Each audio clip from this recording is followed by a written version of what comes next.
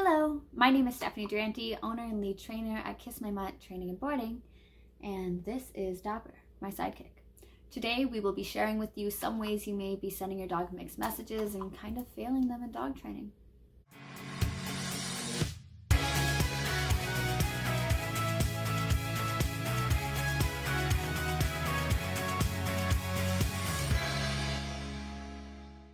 So let's start by getting into the dog's brain a little bit.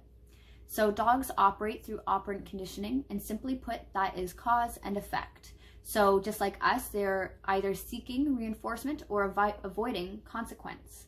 So it gets a little bit tricky when we consider what we think may be a consequence to our dog may actually be reinforcing to them. And same too, when we think we may be reinforcing our dog, that may be a consequence to them.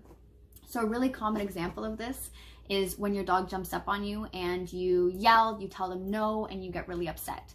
And for them, they just think you got excited, you gave me attention, you're hyper aroused, and that is all the things I wanted. I wanted your attention, and your attention I got. Another really common example of this is when you are getting ready to bring your dog for a walk and you start getting them all amped up.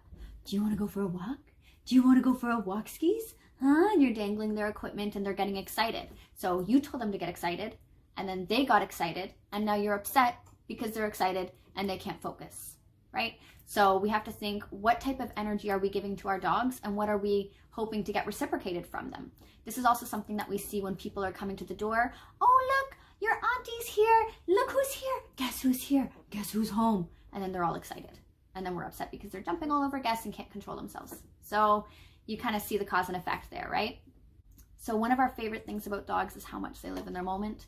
And this is something we also forget about when we are training our dogs. So what I mean by this is perhaps your dog pooped on the rug over there or chased a squirrel, and then you call them to you and you scold them for pooping on the rug or eating that squirrel.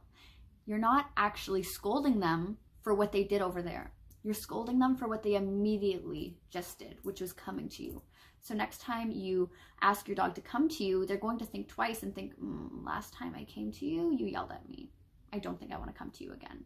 So there's no sense in scolding them for something they did over there or seconds ago. You have to consider it's in the past and do a better job managing in the future.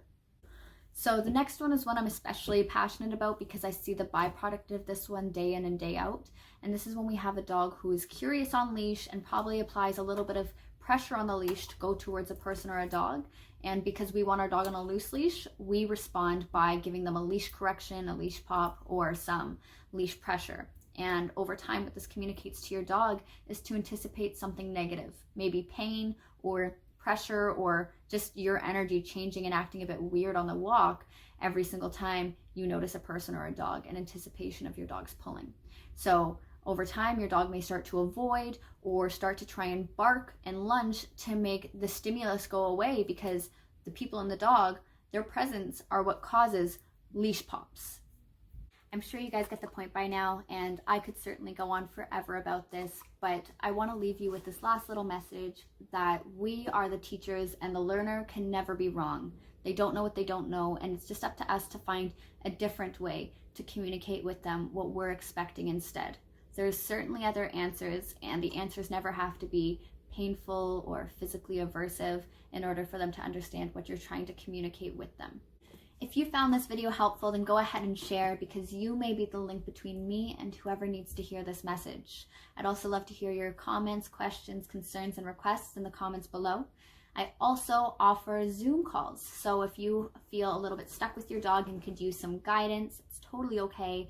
I will have all of my information linked in the description below, so go ahead and reach out to me. Thank you guys so much for listening, and happy training.